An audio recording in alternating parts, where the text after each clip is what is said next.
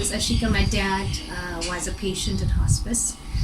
He had a rare form of cancer. It was one of the very uncommon ones, carcinosarcoma of the bladder. Very rapid spreading, very aggressive type, and it literally was 4 months from diagnosis to him passing on. I think for many patients like my dad, when you get a diagnosis, you're not really, a lot of people still feel okay when they're diagnosed, and that was my dad. And he wanted to continue working. So when I suggested hospice, he was like, no, I don't need that right now. But I don't think, people understand how important it is for patients and families alike for this engagement to happen very early on. And fortunately it happened while he was still able and before he got really ill. My absolute advice is the moment you're diagnosed, this is where you need to be. This is where you need to be, because there was so much that I didn't know, there was so much that I didn't understand.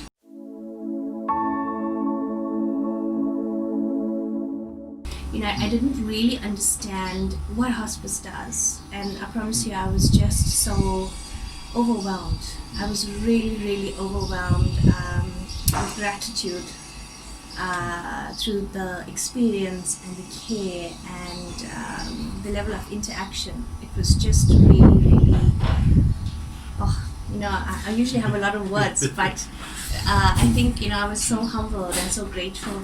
It was so nice just to be a grieving child. It was really awesome to drop all of those titles and to just be in my humanness and have somebody who can understand, wow, this is really earth-shattering for you. And it was really incredible because Sister Maggie helped me in this current pandemic with the cancer being in the bladder.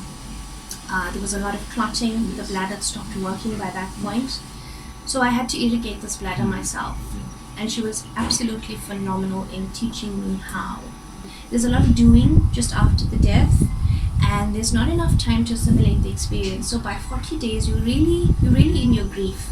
You're really feeling that loss. You really, everything is quiet. The activity is gone. There's a lot of activity when someone's ill. And the care team, Sister Maggie, she was literally on call, that was a really, really big thing for me, the guiding hand.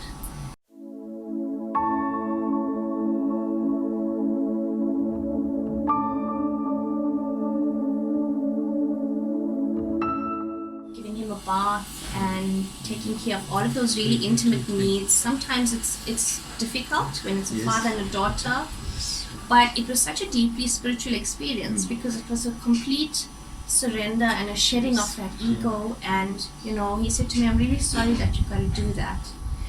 And I said, well, I'm really blessed to have the opportunity. Death really wakes you up to your own mortality. And from the diagnosis, I found more. I'm alive.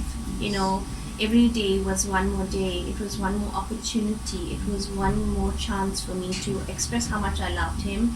And we did that in several ways.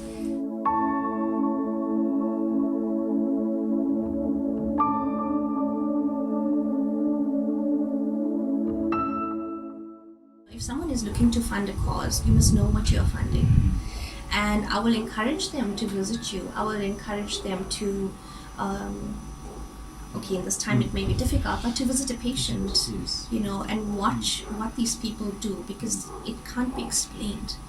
It can't be explained. The magnitude of what you do cannot be explained. It can only be experienced. And once you experience something like that, it opens your heart in a way that, there's just no words for it really. But, it's something you will want to support, you will want to be a part of, because it's so from the heart and soul.